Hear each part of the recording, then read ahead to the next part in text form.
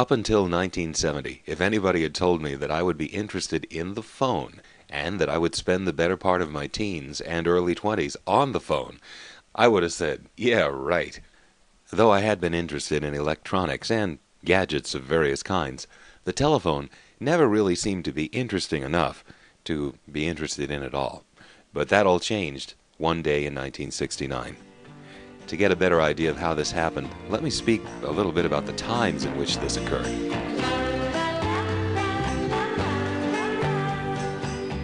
In 1969 and 70, things were changing. It was becoming more and more acceptable not to be stiff, formal, and uptight. It seemed like everybody was taking the cue to relax and let it all hang out. For example, the summer camp I went to had always had military-style inspections, but in 1969, inspections were discontinued. It just didn't seem appropriate anymore, what with an unpopular war going on and the general dropping of formality in the society. In Long Island, where I lived, a nearby private school had recently relaxed its dress code, no longer requiring male students to wear ties. And so it went. Amazingly, this trend even touched one of the most uptight organizations of its day, the Bell system. I'm sorry. We are unable to complete your call or dial. Please check the area code and number and dial again, or ask your operator for assistance. This is the recording. Don't you think that's a little, I don't know, sultry for the phone company? I mean, Ma Bell is supposed to be, well, you know. Hello, sir. What is your number? And under whose name is this telephone listed? At the tone, daylight time will be 2:56 and 50 seconds. Oh, gracious, good afternoon. Have I reached the party to whom I am speaking? I'm sorry, we are unable to complete your call as dialed. I'm sorry. We are unable to complete your call or dial. Who is that? It couldn't be the phone company, but it was. And when I got it from my Long Island home in 1969, I could not believe it. It sounded more like a come-on than a recording. And it wasn't the only example of Ma Bell letting her hair down. Here's what callers in Atlanta were treated to every time they dialed a disconnected number in 1970. Excuse me, it's about your call that did not go through. The number you have dialed has probably been disconnected. However, if you wish to verify this report, you may stay on the line and an operator will assist you. If you think you could have dialed incorrectly, please try your call again. This is a recording. That's a recording? You know, in retrospect, it isn't all that surprising that these things were going on. But this was all happening really, really fast, and things were either getting a lot better or they were going to hell in a handbasket, that was for sure. In any event, that Long Island recording was so unusual that I just had to get it again. And that was the beginning of my playing with the phone. I began dialing various things, trying to get that recording again. Had I not had a rotary phone, I might have started with the code 900 to get it, but just kidding. So here I am trying all sorts of numbers, hoping to find the sultry lady again. And I noticed that certain calls are going through in an interesting way. After I would dial the last digit, I'd hear something like this.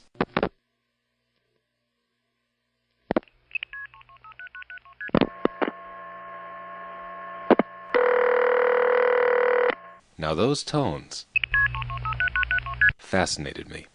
When I would find a prefix that went through that way, I would dial it over and over just to hear the tones. And then I would vary the number I was dialing slightly to see how it affected the tones I was hearing. So here I was doing something really strange, playing with the phone, that I would never have done, but hey, when a woman comes into your life, you do funny things. Eventually, I did try some other codes, and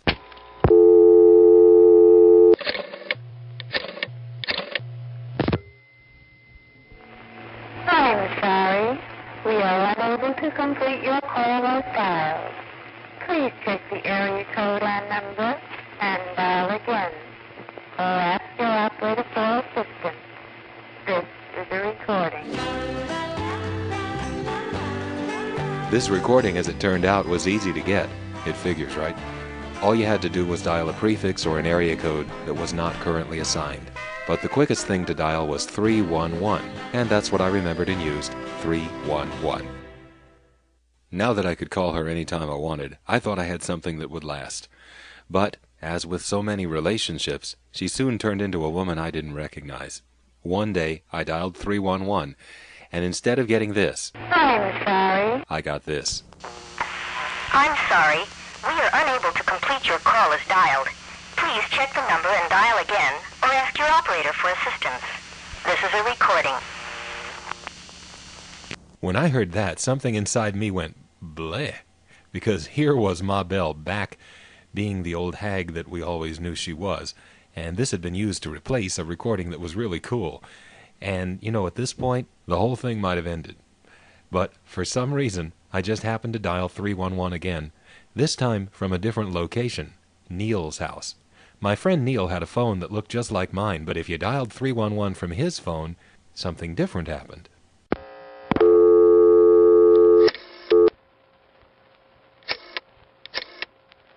Sorry, we are unable to complete your call as dialed.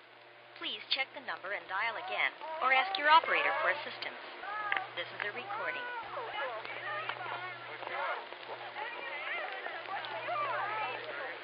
I'm sorry. We are unable to complete your call as dialed. Please check the number and dial again, or ask your operator for assistance. This is a recording.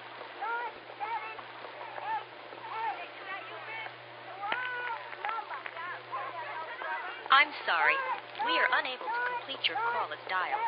Please check the number and dial again, or ask your operator for assistance. This is a recording.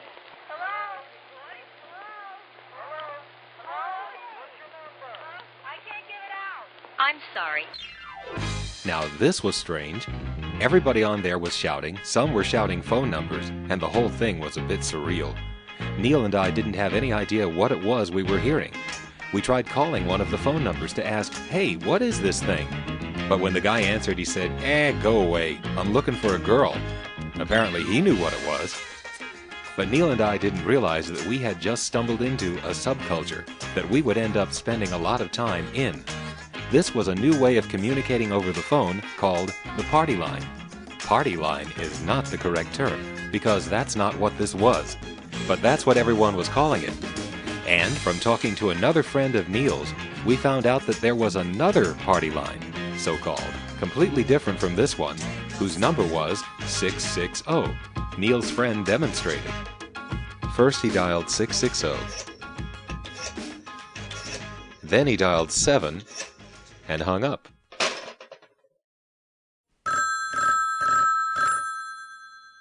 How do you like the fancy ring? He said. Now those days were days when phones rang the same all over Long Island. There weren't any PBXs or cell phones that rang differently, and hearing this odd ring actually filled me with a sense of wonder. It was as if the phone had just learned a new trick, and I had never seen it do anything like this before. So I wanted to know more about this, and I tried dialing 660 myself.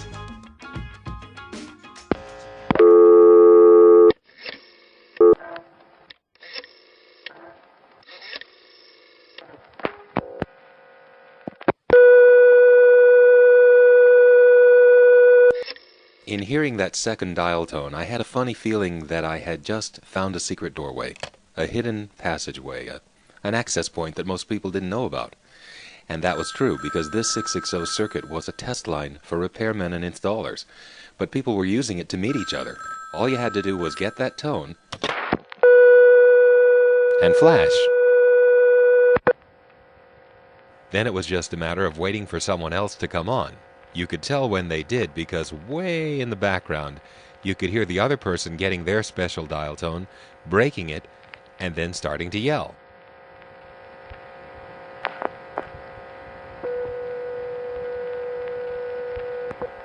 Hello? What's your number?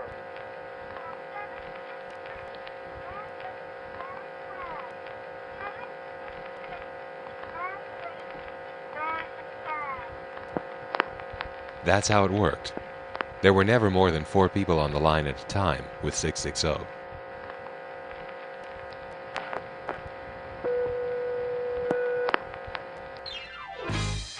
Well, now there was all this cool stuff to play with on the phone.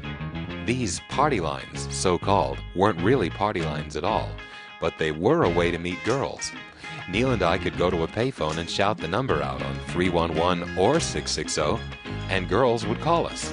We didn't even have to use our real names. Hi. Hi, Who is this? Kathy. Hi, Kathy. This is Bob. Hi. Where are you? Good. Well, anyway, the point is these things had a lot of potential. It was July of 1970. We were 13 years old. And this was great. So, of course, the first thing I did when I got home to my house was to dial 660.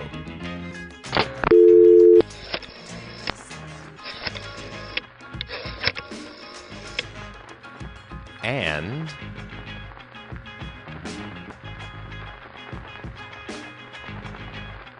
absolutely nothing happened. The phone behaved as if I had dialed an incomplete number, and sure enough, in about 20 seconds, I got what you'd usually get when you dialed an incomplete number, sort of a broken busy signal.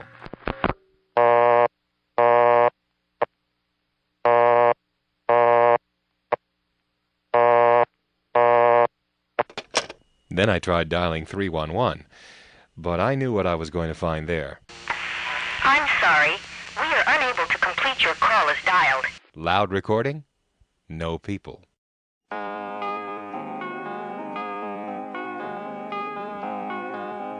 Why didn't my phone get these cool things? For the next several weeks, anytime I went anywhere, I picked up the phone and tried dialing 660 from payphones at various people's houses, and that got me into trouble more than once.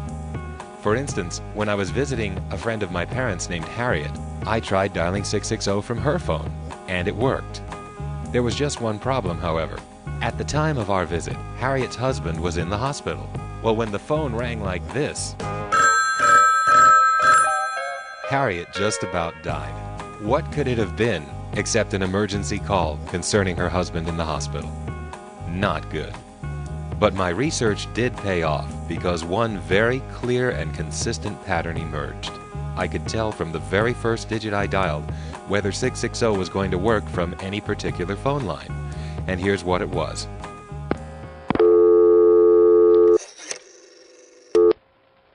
Did you notice that little burst of dial tone that we heard just as the dial came back to rest? I'll do it again. Boop! That's the way it sounded from Neil's house. Now from my house, the first digit sounded like this.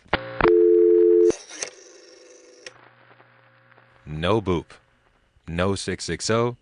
No opportunity to meet girls. No fun. All phones were not created equal. And this difference, which is so subtle that you may not even know what I'm talking about yet, was very important to me, because it meant the difference between being able to play on this fun party line or not. It was the first of many subtle differences that I began noticing from one phone line to another. Neil's house was more fun because his phone could reach those party lines, but there was an advantage to being at my house too. When I would dial a number in Suffolk County, which is the eastern end of Long Island, from Neil's house, the call would go through like this.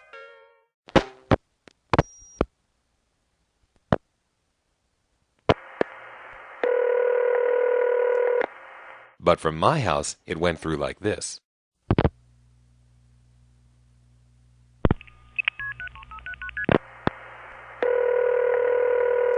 Those tones. I had to know something about those tones. So back at my house, I began running back and forth between the telephone and the piano. Let's see, 277 is a prefix that goes through this way. 277-2222 sounds like this. I wonder how many tones that is. 1, 2, 3, 4, 5, 6, 7. 7 tones. Well, maybe each tone stands for one of the digits I dialed. That would make sense. It was a 7-digit number. Let's listen to the tune it plays.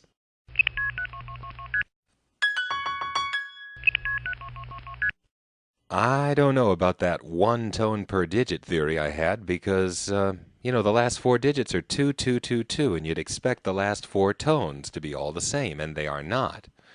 However, the next to last 4 tones are the same,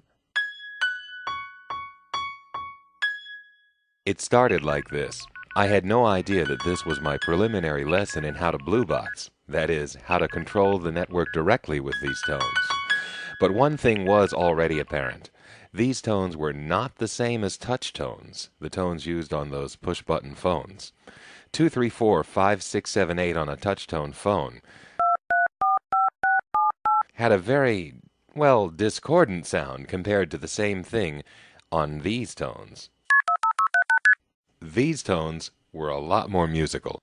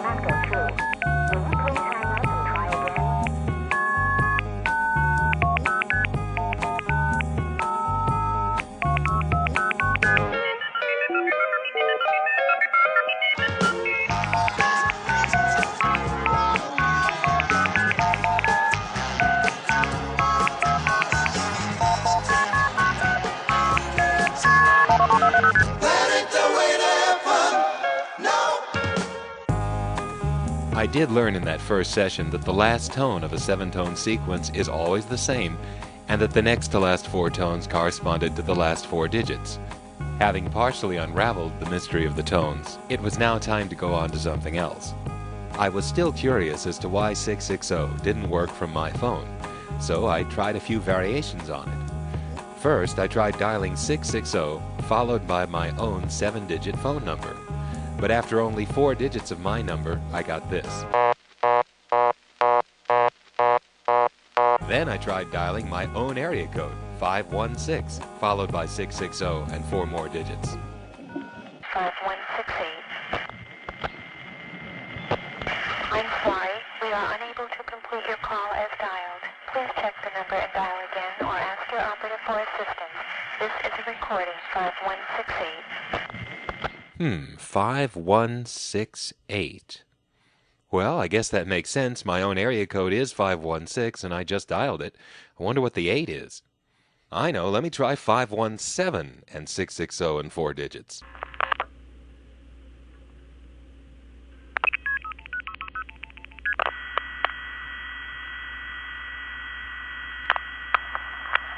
I'm sorry, we are unable to complete your call as dialed. Please check the number and dial again or ask your operator for assistance. This is a recording. 3132. I'm sorry. Oh boy, what a nice lady.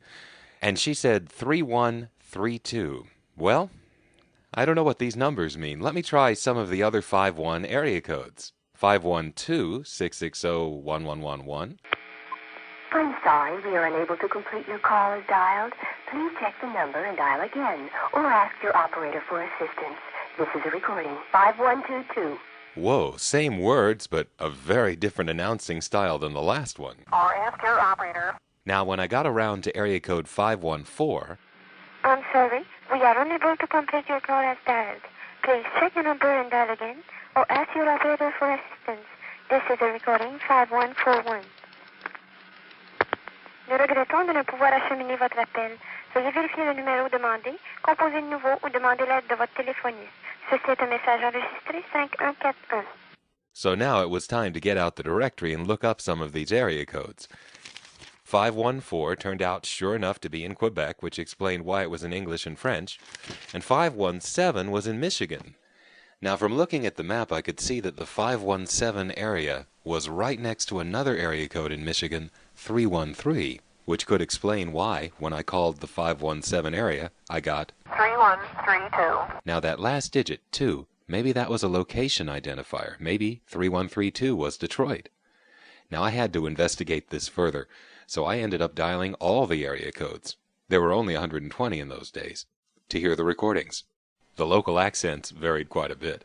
For example, Manchester, New Hampshire was very northeastern. I'm sorry, we are unable to complete your call as dialed. Please check the number and dial again or ask your operator for assistance. This is a recording, 6034. And for a western accent, there was always Oklahoma City, I'm sorry, we're unable to complete your call as dialed. This is a recording, 4052. in Centralia, Illinois, and Louisville, Kentucky. They didn't even have recordings. Instead, they had recordings. This is a recording. This is a recording.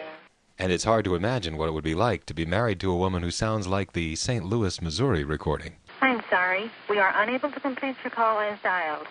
Please check the number and dial again. Honey, I'm home. The recording in Jackson, Mississippi was very southern. I'm sorry, we are unable to complete your call as dialed. Please check the number and dial again or ask your operator for assistance.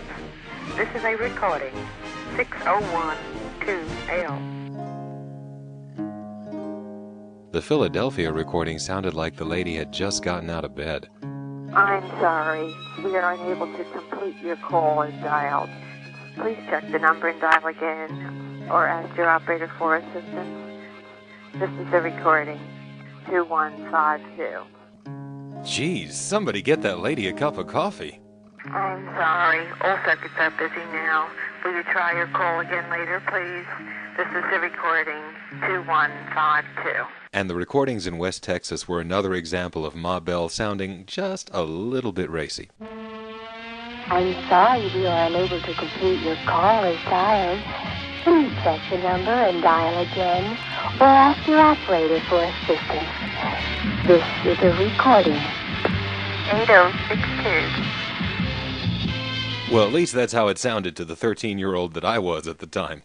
Anyway, the recordings had personality, but the numbers had to mean something. Most of these recordings gave me the area code I dialed plus the digit 2 or 4. This is a recording, 2022. This is a recording, 2042. This is a recording, 2052. This is a recording, 2062. This is a recording, 2074. This is a recording, 3024. This is a recording, 6144. By the time I got up to the 8s and the 9s, I found out I was right that these were location identifying numbers. This is a recording from location 8024. This is recording, location 9184. All the recordings were done by females except in the state of Florida. This is a recording, 3052. This is a recording, 8134. This is a recording, 9042. But sometimes when I called a vacant code in 305, I got this. Atlanta has 3 area codes. Since your call did not complete as dialed, please verify the area code, redial, or ask your operator for assistance. This is a recording, 4041. And that was just another example of certain places seemingly being under the auspices of others. For example, if I called the 912 area of South Georgia, I'd usually get this. I'm sorry, we are unable to complete your call as dialed. Please check the number and dial again or ask your operator for assistance. This is a recording, 4042. Which turned out to be Atlanta, but then sometimes I'd get this. You have dialed a non-working number in the 912 area of Georgia. Please verify your number or ask your operator for assistance. This is a recording, 4041. That 4041 place sure seemed to be in charge of a lot of different other area codes, as if it were some sort of a principal connecting point or something. And come to think of it, there were only 12 places that had a recording ID that ended in 1, suggesting that these places had some sort of a special rank. This did appear to be some sort of a hierarchical network. Some aspects of the hierarchical arrangement were surprising. For example, if I called Eastern Kentucky, area code 606, I went through Cincinnati, 5132, in spite of the fact that Kentucky did have a location with a recording in Louisville. This is a recording, 5022L. Little did I know that there was another Long Island teenager who had already done all of this research and had even gone farther, exploring the prefixes in area code 800, the Inward Watts NPA. 606 through 5132, Cincinnati, Ohio. No Inward Watts access. Location unknown. And then there was another guy in Bell Harbor who was very fond of this recording. 7164. But it would be a while before I'd meet them. And at the end of July 1970, I was off to summer camp, where there weren't any phones at all. In August of 1970, I was off to summer camp, where there really weren't any phones to play with. There were no payphones, just an office phone, which I pretty much could not get to. And so, my newfound telephone interest had to be put on hold. Oh, that's so cute. Right. Well, anyway, the one thing I could do was to sneak in there and get the local telephone directory, paying special attention to those opening pages. Let us turn to page VIII. It is a crime under both federal and state law to use a telephone for annoying or harassing purposes. No, not that part. The part about dialing long distance. The directory said that to call long distance, you had to dial 1 first. No kidding. Dialing 1 first was unheard of to me, because in Long Island, where I lived, there was no dialing 1 first. In fact, if you tried to do it, this is what would happen. The dial tone would keep right on going as if you hadn't dialed anything. Now, there was a reason why some places had to dial 1 first for long distance and others never did, and that had to do with types of switching equipment, types of circuitry in the central office that made the telephones work. But I didn't know much about that. I had scratched the surface, though, in my early observation that some phone lines did this, a burst of dial tone at the end of the digit, and other phones did this, no dial tone burst. Of course, I was curious as to which type of phone line served the camp office. All I'd have to do is ask the lady at the office to let me use the phone. But how was I going to explain what I needed to do with the phone? So I waited until the lady was out of the office to sneak a listen to this phone. How about that, an old-fashioned dial tone? Which reminded me of the dial tone I had first heard in Long Island when I first started using the phone many years ago. And so in my mind, I went back to 1965. Dialing your own number in those days always gave you a busy signal. It was obvious that the tone of the busy signal was the same as the dial tone.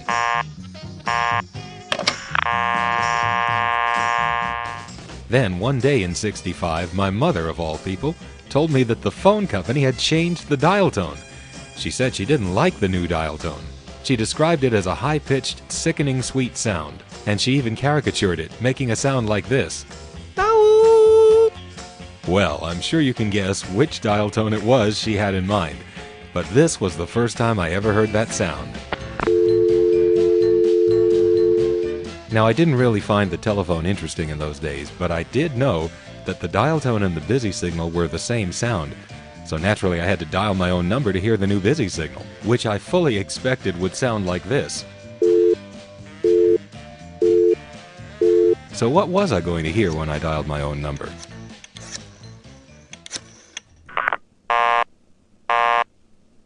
What the? Wait a minute. They changed the dial tone, right? Okay, so that means the old dial tone is gone, disconnected, kaput. I'll never hear it again, and that means the busy signal is...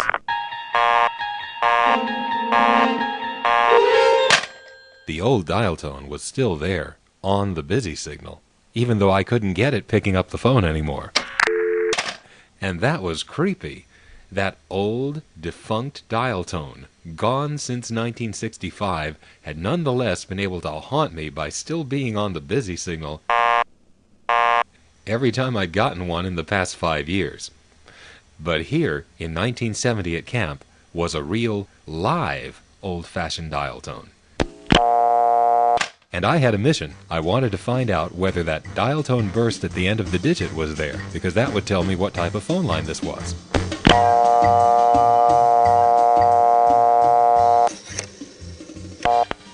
Aha! I thought, this phone is just like the ones in Long Island that I like, except it has an old dial tone. And I couldn't have been more wrong, because this phone line in rural Pennsylvania was nothing like any of the phone lines in Long Island. But before I could find that out, I heard those dreaded words, "What are you doing with the phone, dear?"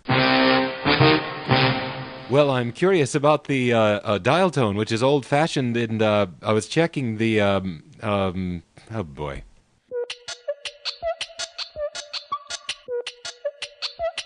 This new hobby was starting to put me in awkward situations.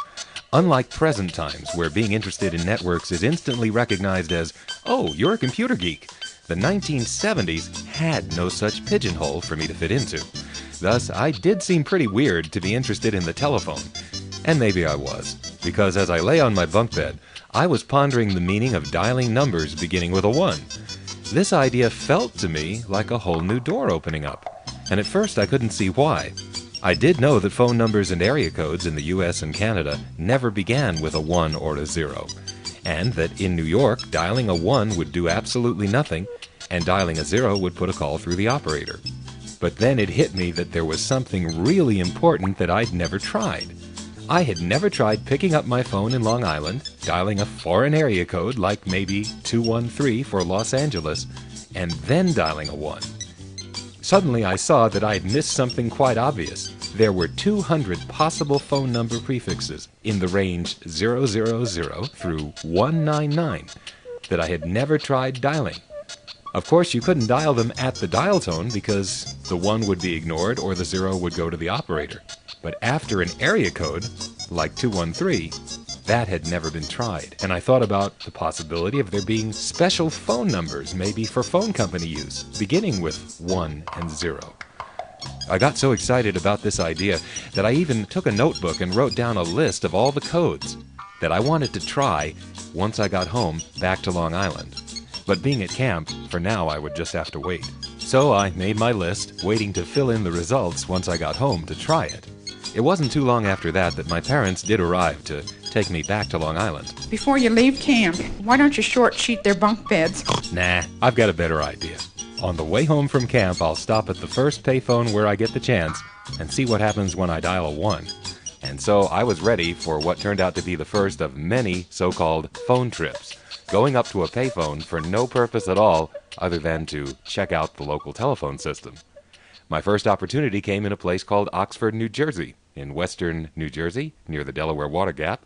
I do recall that in that part of the world, all the restaurants were serving a beverage called birch beer, which was a local variation on root beer. But hey, who's got time for the local cuisine? Let's get to the phone.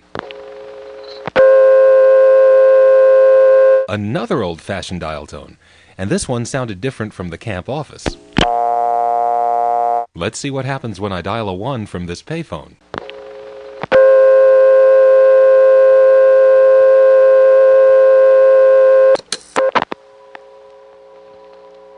I'm sorry, the number you have reached is changed or not in service at this time. If you need assistance, please hang up and dial your operator. This is a recording. 1-2. I'm sorry. It was a recording, but recordings were interesting to me at this time, and this one had a funny text. The number you have reached is changed or not in service, and a mysterious numerical ID, 1-2. I couldn't help but wonder what that meant. Turns out that it was simply that this was a little independent company that didn't follow Bell System practices, and therefore it had its own way of doing recordings. Not a big deal, but at the time this whole thing was kind of mysterious and fascinating. Had I been a more experienced phone tripper, I would have been delighted to find out that as I dialed around to each of the towns that surround Belvedere, New Jersey, one of which is in Pennsylvania, I would get a different recording with its own numeric ID. 1-2 for this town, 1-4 for that town, 1-5 for another, and so on. But I wasn't to find that out for quite some time, and arriving home later that day, I just had to try those funny codes from 000 through 199, dialed after an area code. I also wanted to try dialing my own area code, 516, and then one of those codes. So I got out my list. Let's try 516 plus 111, 1111, and see what happens.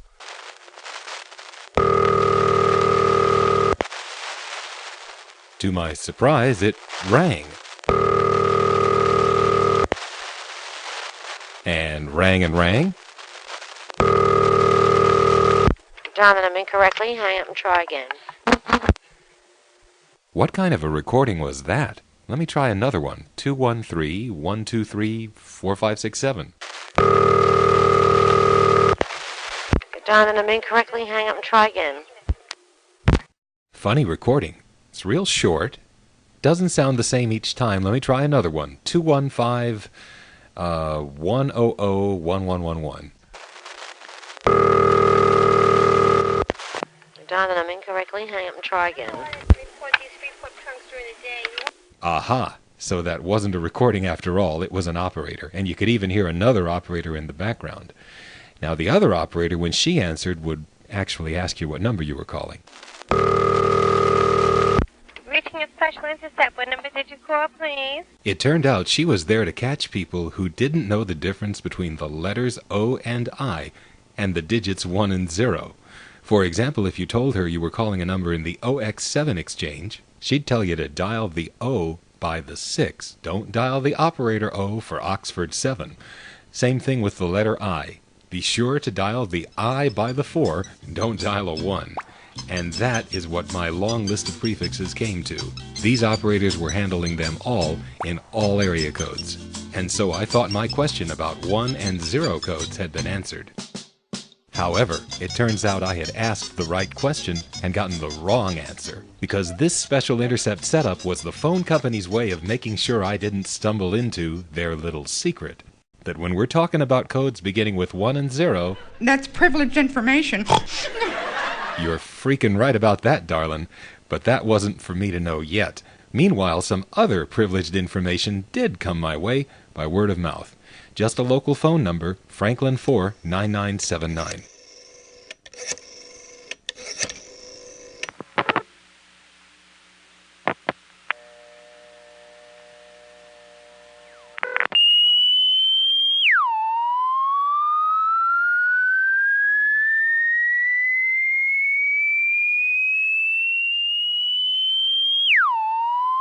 Obviously, this was some sort of a phone company test circuit, and I was impressed. I don't know why, but in those days, anything the phone could do that was outside of the normal repertoire tended to impress me. So I was looking for other cool numbers to dial, and I tried dialing 9979 in various prefixes around Long Island and New York City. I found that many of these test circuits sounded like Franklin 4 with slight differences, and then there were a few standouts. For example, 997-9979 in Westbury, Long Island, had kind of a sickly sound to it.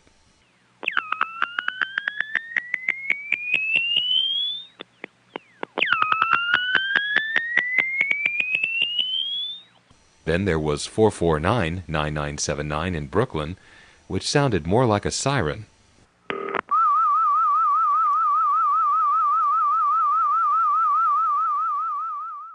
351-9979 in Newdorp, Staten Island, had a very low volume and was a little weird.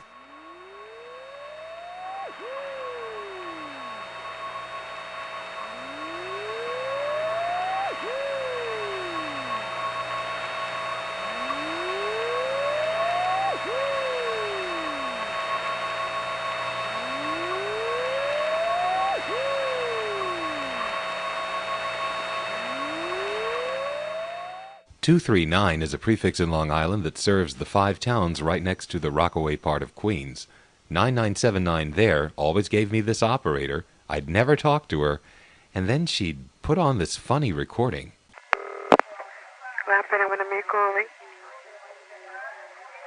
Hello. Please repeat the number you are calling to the special operator.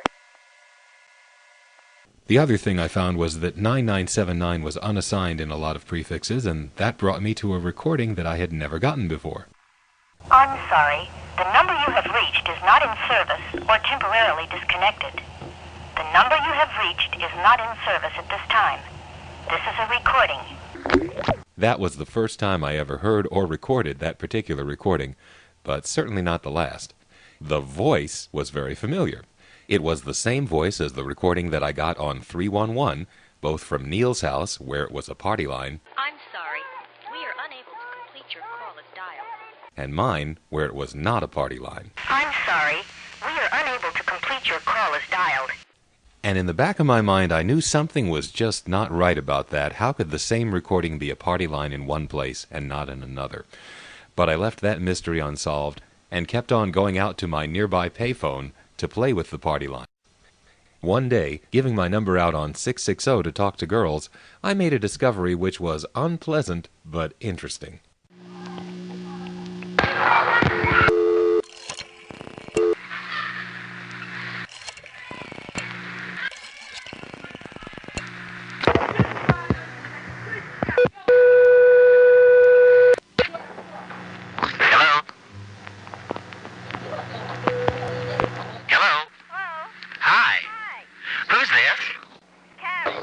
Give me a call.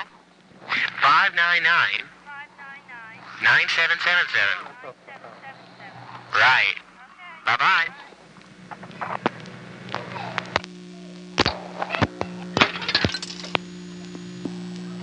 The payphones in my hometown were like Neil's home phone rather than mine. They could call the good 311 and 660, and they also had a nice feature. You could leave them off the hook when you were anticipating an incoming call, and the call would plop right in. The girl who's about to call, however, I don't think is the same one I just gave my number to on 660. Hello? Hello, who's this?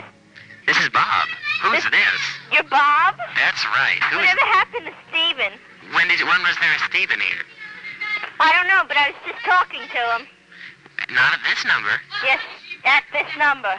I don't think so. You can tell him to go himself if you know him. Actually, she was mistaken. I'd been the only one using the phone, and I'd only been going by the name Bob, so I'm not sure who she was looking for, but heck, she was gone, so I put in another dime to call back to 660. But there was no dial tone. And at that point I realized she had not really hung up, only pretended to. And my dime was in limbo. The reason was that it was impossible for the phone to return my dime as long as there was an incoming call on the line.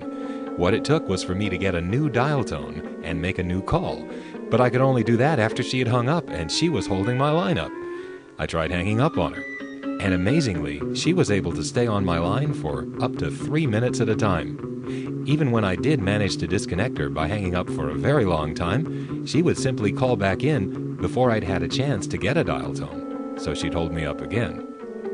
I ended up having to walk away, leaving my dime in the phone, at best to be used by the next person, at worst to simply be collected along with the next customer's dime when he completed his call after putting his dime in. Not a happy experience, but it gave me an idea.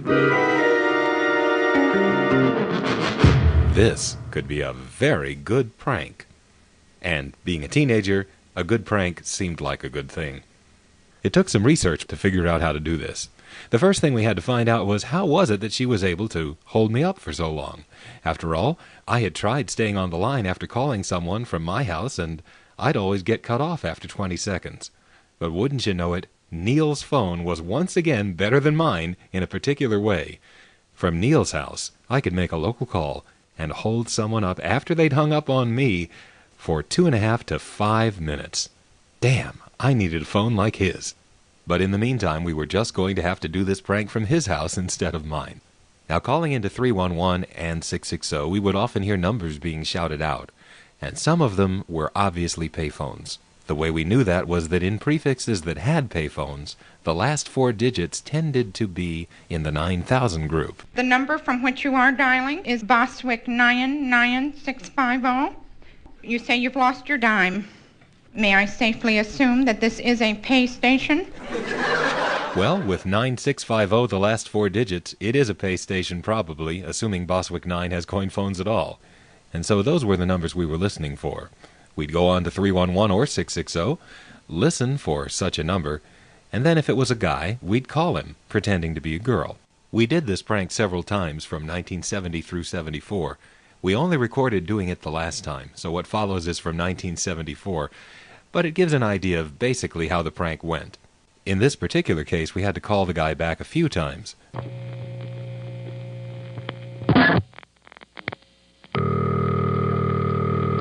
Hello? This is Eileen again. My father keeps hanging up the phone. Who, your father? Yeah. Just what? I am not on that party line. I am not. We've now pretended to hang up,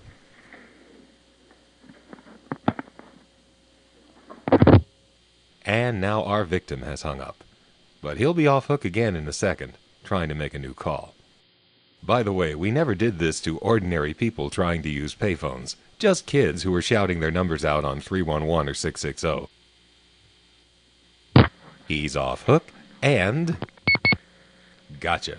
That was the sound of the dime going in. And now, this guy's going to get a very strange experience talking to a very strange organization called the Dime Holders of America. Hello there. I represent the Dime Holders of America. We are holding your dime, and you're not going to get it back.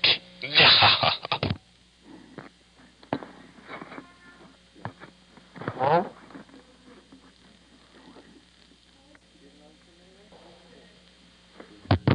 Hello? This guy was a lot smarter than we gave him credit for at the time because he did not try the coin release lever. And most of the kids we did this to at this point would be desperately jingling the thing up and down trying to get the dime to return, which of course doesn't work because the coin release lever is designed to get stuck coins out of the slot. It won't work in this condition. Hello?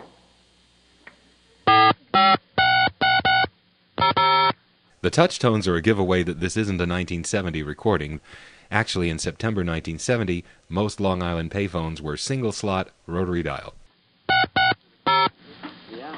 I wish we could give him a line time.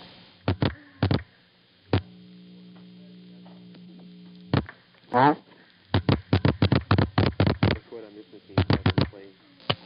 Hello. Hello?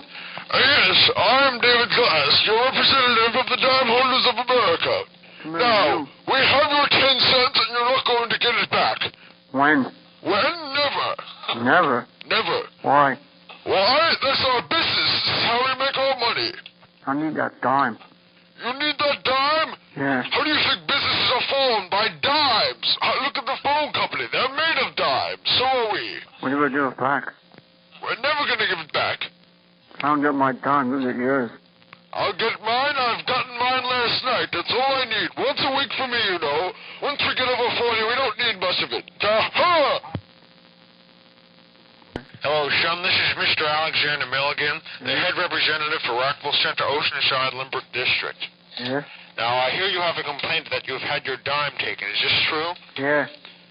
You're not going to get your 10 cents back because you gave it to us. And don't be an Indian giver. Since you put it in the slot, that's our slot. It is not. It is too. Don't argue with me, son. I'm old enough to be your grandfather. I want it to be yours. You're old enough to be my grandfather. I doubt it, son. You sound like a young whippersnapper. Young whippersnapper? A young whippersnapper. He whips his snap all the time. My grandfather's been dead for years. We stole his dime from the grave. He probably wears combat boots. My father wears combat boots. Yeah. We must have gotten this guy before. Someone else has said that to me before. I know he did. We might. Have we ever gotten you before, son? No, son. Do you know my mother wears combat boots also, and she's the best career officer the Army has ever seen? A real rough mother. Now, you're... Hold on, son. I'm a switchman, and I'm gonna come over there and... Blow your ears out. Blow your ears out. You can't blow my ears out. I have nothing in between them. You sick? I'm perfectly fine. Very good, in fact. I work for the phone company. You work for the phone company? Yeah. So do I. Can't you tell? Yeah, can't you tell I work for it? Yes, I can tell. You have the correct mentality. Now listen, son, what are you trying to do? Huh? What are you trying to do? Blow my ears out? Yeah. We have special phones, son, and we can duplicate anything you can give us. Huh? Yes. And we can do a lot more things than you can. We happen to have one of the famous touchstone musicians here, Mr. E.M. Root. Mr. Root, will you play him one of your fantastic... You feel all right? Hello?